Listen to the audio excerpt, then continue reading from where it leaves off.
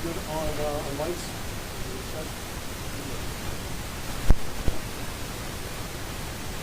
Good afternoon. Prosecutor Grayson Hawley, I'm joined here today by Gloucester Township Police Chief Bruce Hawkins.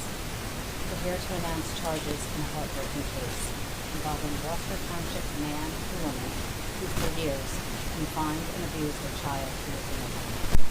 On Saturday, May 10th, the Camden County Prosecutor's Office Special Victims Unit and Gloucester Township Police Department learned that an 18-year-old female victim had been held captive and sexually abused in her home for years. During our investigation, the victim advised that 38-year-old Brenda Spencer and 41-year-old Brandon Mosley had been abusing her since approximately 2018, and that shortly thereafter, at Brenda Spencer's direction, she was removed from school prior to entering the 7th grade and confined to her home, which helped to hide the heinous, years-long torture that she suffered. The victim stated that she was forced to live in a dog crate for approximately 1 year and let out only periodically. The victim also advised that she was later forced to live in a padlocked bathroom while being chained up. She stated that she would be let out of the bathroom only when family visited the residence. At other times, she was forced to live in a bare room with just a bucket to use instead of a toilet. She explained that their room had an alarm system that would alert the defendants, Brandon Mosley, and Brenda Spencer, tried to leave. She reported she was beaten with a belt and sexually abused by Mosley. The abuse occurred for years until she escaped the residence on Thursday, May 8th. She was assisted by a neighbor. She later disclosed the abuse, which was reported to law enforcement. What this young woman survived is absolutely horrific.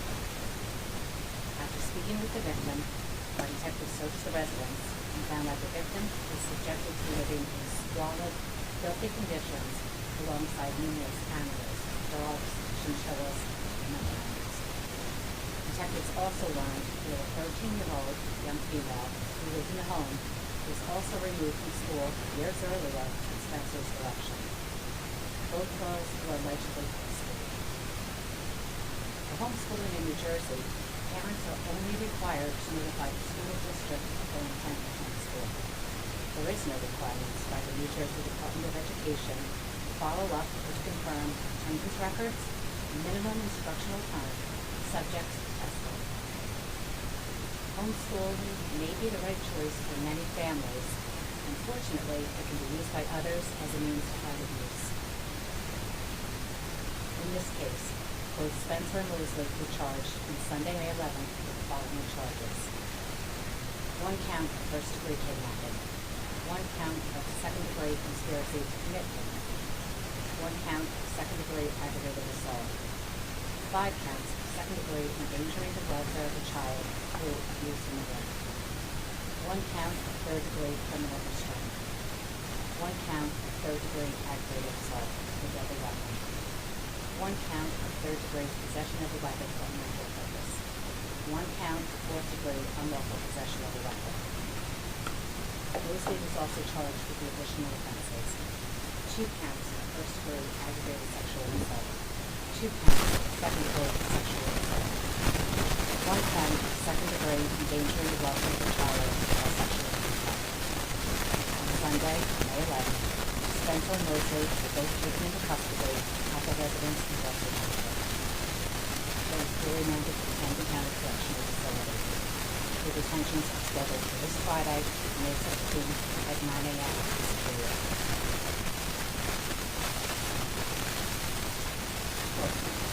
Talk about the escape and how lucky this teenager is to be out of this situation now, and what that escape was like, and how lucky they were that a neighbor was involved. It was extremely fortunate. This time we're not disclosing all the details, more details will be forthcoming at the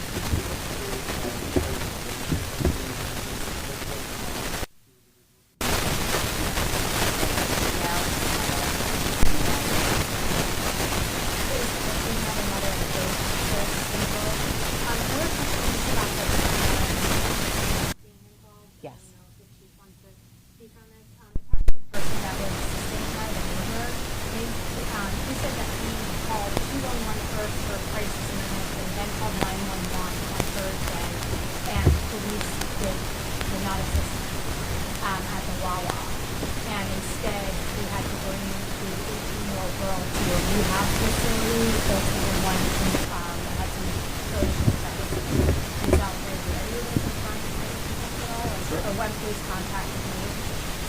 So, first I'll say this is one of the most despicable cases that I've ever run across. We were first notified by this individual who had the girl on that Thursday evening. Police did respond. They responded and spoke with the girl, took statement, information. However, she did not disclose all of this abuse that was later. It was reported to us that it was a domestic violence type of situation. However, she did not want to disclose all this information. She did not disclose this information without being held to this level. We did send officers to the house. The house went at that time on Thursday evening. An investigation was conducted. However, we're limited on the amount of area that we can go and search and whatnot. And without a corroborating victim, there's only so much we can do. We offered her services. We gave her some resources at that time. She was looking for homeless services. However, she was going to stay with this neighbor that was assistant. But that all built up into the case that we're here for today. So while we did investigate, we're looking at everything. Believe me, we always want to see that we miss something. This case has been thoroughly reviewed. No information to this level was disclosed to us until that Saturday when they called police again, which led us to where we are today.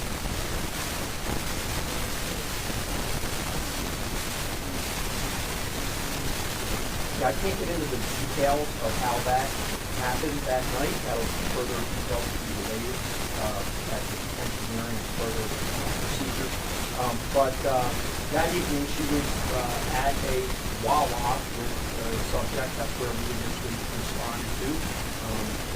We spoke to officers, spoke to her that night. Other officers responded to the residence to conduct an investigation. She was offered domestic violence services, which she declined at that time, and the investigation was turned over for follow-up. But again, she did not pursue the offer of the services. She did not indicate the level of abuse that was later found out when we were called to the Can you just say exactly how she escaped? I'm sorry, say again. Yeah, I don't have those details, and I'll be ready to do that. This guy who helped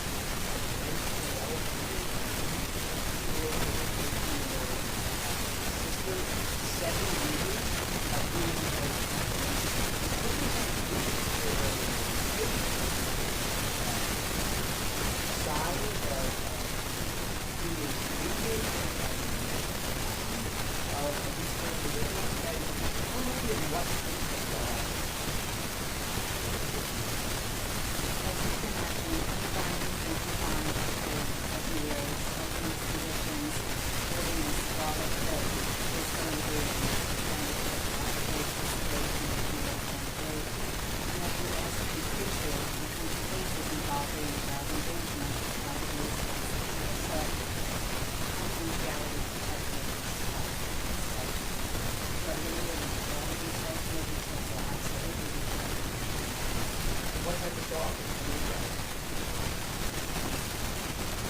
I don't know the exact, but I do know there were some Great Danes, large dogs, and there was some had equipment and stuff like that that was around that was for that type of large dog.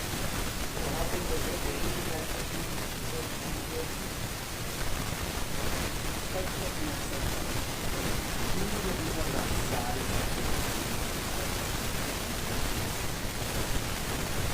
Yeah, like I said, it was for a Great Dane, so I don't have the exact measurements, but they were large enough to fit a Great Dane, which you know, big, large. I'm sorry for you, but can you specifically about that house window, out? No, we're not, I don't believe we're ready to release it.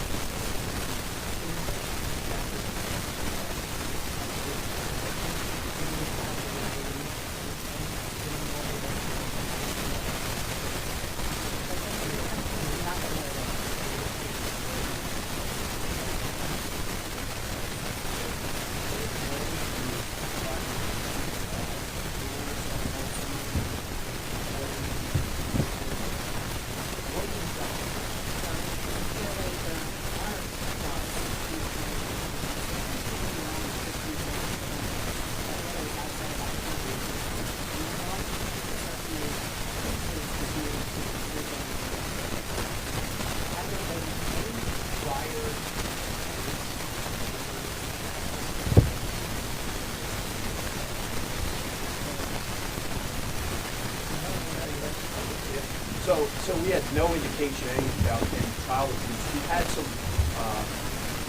animal complaints in the past, but nothing to this level, nothing, no domestic violence type calls that we are aware of. But just barking dogs, which were handled. Again, they were found illegal, and as far as those, we had some animal complaints in the legal. Do you know how long they've lived with us?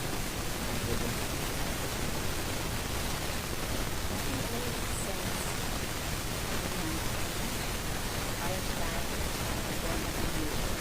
It's definitely since coming. About being a teenager for years, is there anything required by family members, anyone particularly not, where is this book? Is non-existent? I mean, well,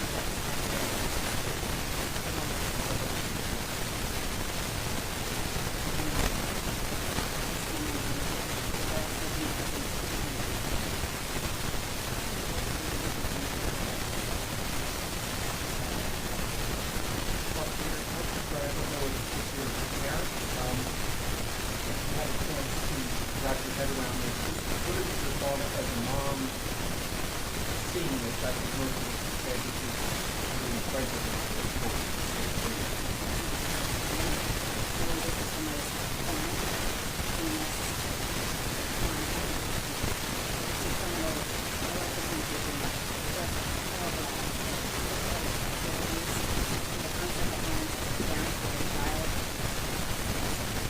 You said you found dogs.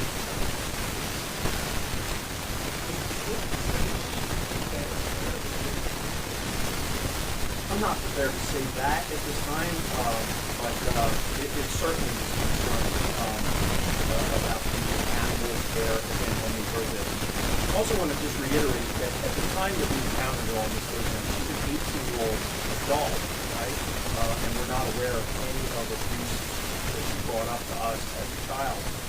So that's why when we say we refer to her for domestic violence, so she's had conveyed to us that she was having some kind of disagreement or threat from her father that was unable to be proven for criminal charges.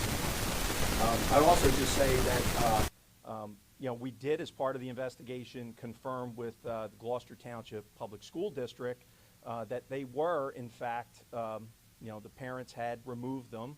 The school district has cooperated with us completely, and they followed all the proper procedures. But as the prosecutor said, we're very concerned about this abusive person, this type of abuse happening under the guise of homeschooling. It's located at 800 Black Horse Pike in Blackwood. Are you able to say which school she was withdrawn from, higher density? No, I'm not. I don't believe we're able to. She was in the Gloucester Township Public School District, though. Just to clear on the timeline, from the time, from the Thursday to Saturday, she never went back to the home. I don't have that information. I can't say for sure whether she went back to return or not, but I don't have that information. Do you know what sort of motivated them to go this far with the abuse, or was it the adults that saw it and sort of devised some plans for the child? We really don't. And do you know if the 13-year-old was aware of the abuse of the other? At this time, we're really not in a position to disclose that information. Can you describe the alarm system, that the Italian alarm system, or was that just something that probably that what kind of an alarm system? As I know, and correct me, the detectives that are handled that are here, as it was described to me, it was kind of like a contact alarm on the door that made some kind of audible alarm sound if the contact broke by opening the door, similar to what you would have on your own home burglar alarm system. Is that correct? Okay, thanks for coming. I'll be hanging around if you have any more specifics you want to try to get into. Again, the detention hearing is Friday. More details will come out of that as we present our arguments in court. And if there's any changes to the date, we'll let you know. I'll check in on the courtroom and judge. So if those that want to send cameras will be able to do so. Thank you. Will that be live streamed? Superior Court will.